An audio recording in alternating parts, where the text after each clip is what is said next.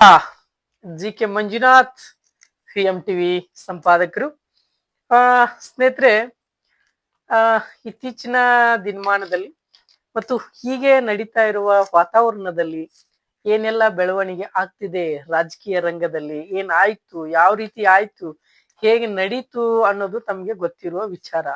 ಇವತ್ತು ಕಾನೂನು ಯಾರು ಮನೆ ಸ್ವತ್ತಲ್ಲ, ಕಾನೂನಿಗೆ ಎಲ್ಲರೂ ತಲೆ ಬಾಗ್ಲೇಬೇಕು ಅನ್ನೋದಕ್ಕೆ ಮತ್ತೊಂದು ಮೂಲ ಉದಾಹರಣೆ. ಯಾಕಂದ್ರೆ ಈ ಹಿಂದೆನೆ ದೇವೇಗೌಡರ ಕುಟುಂಬದಲ್ಲಿ ನೋಡಿದಿವಿ, ಈಗಾಗ್ಲೇ ಅದಕ್ಕೆ ತಕ್ಕಂತ ಶಿಕ್ಷೆಯನ್ನ ಕೂಡ ಅನುಭವಿಸ್ತಿದ್ದಾರೆ. ಆ ವಿಚಾರ ಬೇಡ ನಮ್ಗೀಗ. ಆದ್ರೆ ಹೀಗೆ 2 ದಿನದ ಹಿಂದೆನೆ ಅಥವಾ 2 ದಿನ ಹಿಂದೆನೆ ಜೈಲು ಪಾಲಾಗಿರುವಂತದ್ದು, ಅಂದ್ರೆ ಶಿಕ್ಷೆಯನ್ನ ಅನುಭವಿಸ್ತಾ ಇರುವಂತ ವ್ಯಕ್ತಿಯ ಬಗ್ಗೆ, ರಾಜಕಾರಣಿಯ ಬಗ್ಗೆ, ಮಾಜಿ ಸಚಿವರ ಬಗ್ಗೆ ಇವತ್ತು ತಮ್ಮ ಮುಂದೆ ನಾನು ಒಂದು ವಿಶೇಷ ಕಾರ್ಯಕ್ರಮವನ್ನ ತಂದಿದ್ದೇನೆ. ಸ್ನೇಹಿತರೆ, ಕಾನೂನಿನ ಅರಿವು ಯಾರಿಗಿದೆ, ಕಾನೂನಿನ ಬಲ ಯಾರಿಗಿದೆ, ಕಾನೂನನ್ನ ಯಾರು ಸರಿಯಾಗಿ ಬಳಸ್ಕೊಂತಾರೆ ಅವತ್ತು ಅವ್ರು ಯಾವತ್ತಿದ್ರು ಜಯಶಾಲಿಗಳೇ ಅನ್ನೋದಕ್ಕೆ ಇದು ಒಂದು ಕೂಡ ಮೂಲ ಉದಾಹರಣೆ. ಧಾರವಾಡ ಮತ್ತು ಹುಬ್ಬಳ್ಳಿಯಲ್ಲಿ ನಡೆದಿರುವಂತ ಘಟನೆ ಏನು, 2016ರಲ್ಲಿ ನಡೆದಂತ ಕೊಲೆಯ ಪ್ರಕರಣದಲ್ಲಿ ಆಗಿರುವಂತ ವಿನಯ್ ಕುಲಕರ್ಣಿ ಈಗ ಜೀವಾವಧಿ ಶಿಕ್ಷೆಯನ್ನ ಅನುಭವಿಸ್ತಾ ಇದ್ದಾರೆ. ತಮಗೆ ಗೊತ್ತಿರೋ ವಿಚಾರ ಹೌದಲ್ವಾ?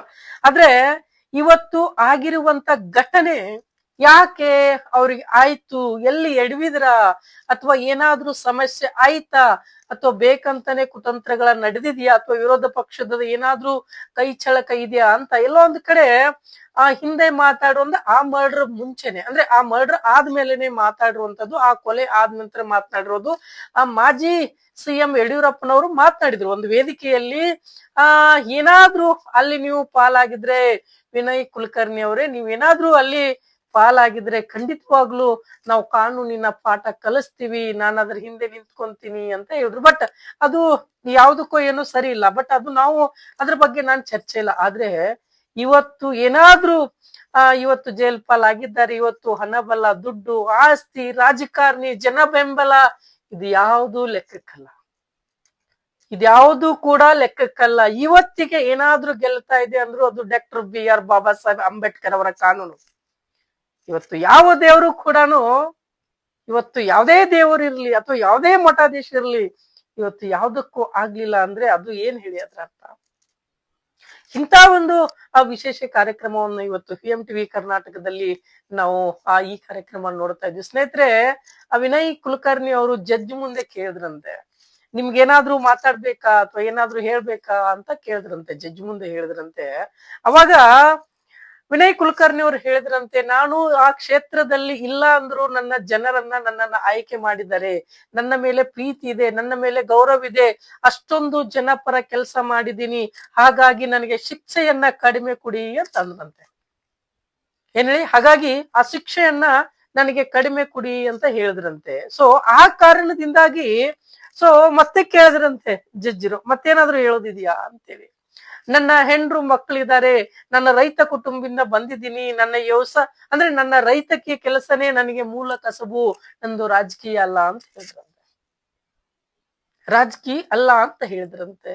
ಅರ್ಥ ಮಾಡ್ಕೊಳ್ಳಿ ಸ್ನೇಹಿತರೆ, ಇಲ್ಲಿ ದೊಡ್ಡ ದೊಡ್ಡ ಕಾರು, ಕೋಟಿ ಕಾರು, ಎಂತೆಂತ ಬಿಲ್ಡಿಂಗ್ ಗಳ ಇಟ್ಕೊಂಡು ನೂರಾರು ಕೋಟಿ ಆಸ್ತಿ ಮಾಡ್ಕೊಂಡು ಇದ್ದು, ಇವತ್ತು ಕೊನೆಯದಾಗಿ ಒಪ್ಕೊಂಡಿದ್ದೇನೆ ಹೇಳಿ, ನಾನೊಬ್ಬ ರೈತ ಆಗಿದ್ದೇನೆ, ಹಾಗಾಗಿ ನನಗೆ ಶಿಕ್ಷೆವನ್ನ ಕಡಿಮೆ ಕೊಡಿ ಅಂತ ಕೇಳಿದ್ರಂತೆ.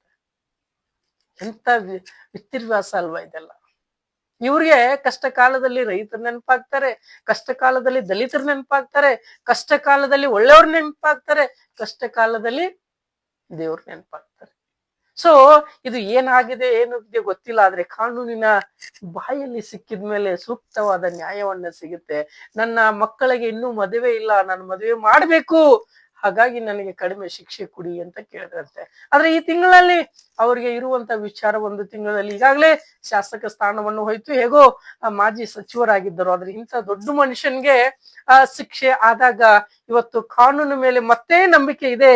ನೀವು ಕಾನೂನನ್ನ ನಂಬ್ರಿ, ನಿಜವಾಗ್ಲೂ ನೇತಿನಿಂದ ನಡ್ಕೊಳ್ಳಿ, ಯಾವುದೇ ರೀತಿಯಾದಂತ ಕೆಟ್ಟ ಆಮಿಷಕ್ಕೆ ಒಡ್ಬೇಡ್ರಿ ಅನ್ನೋದೇ ಇವತ್ತಿನ ಈ ಒಂದು PMTV ಕಾರ್ಯಕ್ರಮದ ವಿಶೇಷ ಕಾರ್ಯಕ್ರಮವನ್ನು ತಿಳಿಸಿದ್ದೀವಿ. ಯಾಕೆಂದ್ರೆ ಕಾನೂನು ಇವತ್ತು ಎಲ್ಲರೂ ಒಂದೇ. ಆದ್ರೆ ಡಾಕ್ಟರ್ ಅಂಬೇಡ್ಕರ್ ಅವರು ಒಂದು ಮಾತು ಹೇಳ್ತಾರೆ, ಯಾರು ಪುಸ್ತಕವನ್ನ ಓದ್ತೀರಿ, ಯಾರು ವಿದ್ಯಾಭ್ಯಾಸನ ಓದ್ತೀರಿ, ಅವರು ಹುಲಿ ಹಾಲ ಕುಡಿದಂತೆ ಅಂತ. ಅಂದ್ರೆ ಹುಲಿಯ ತರ ಯಾವತ್ತಿದ್ರು ಗರ್ಜಿಸ್ತಾರಂತೆ ಅವರು. ಸೊ ಇಂಥ ಒಂದು ವಿಶೇಷ ಕಾರ್ಯಕ್ರಮವನ್ನ, ವಿಶೇಷ ಎಪಿಸೋಡ್ ಅನ್ನ ತಮ್ಮ ಮುಂದೆ ಪ್ರಸಾರ ಮಾಡಿದ್ವಿ. ನಿಮ್ಮ ಅಭಿಪ್ರಾಯ ಏನು, ಅನಿಸಿಕೆ ಏನೋ ಕುಲಕರ್ಣಿ ಅವ್ರ ಬಗ್ಗೆ ಕಮೆಂಟ್ ಮಾಡಿ. ಮತ್ತೊಂದು ವಿಶೇಷ ಚರ್ಚೆಯೊಂದಿಗೆ ಬರ್ತೀನಿ. ನಿಮ್ಮ GK ಮಂಜುನಾಥ್, ನಮಸ್ಕಾರ.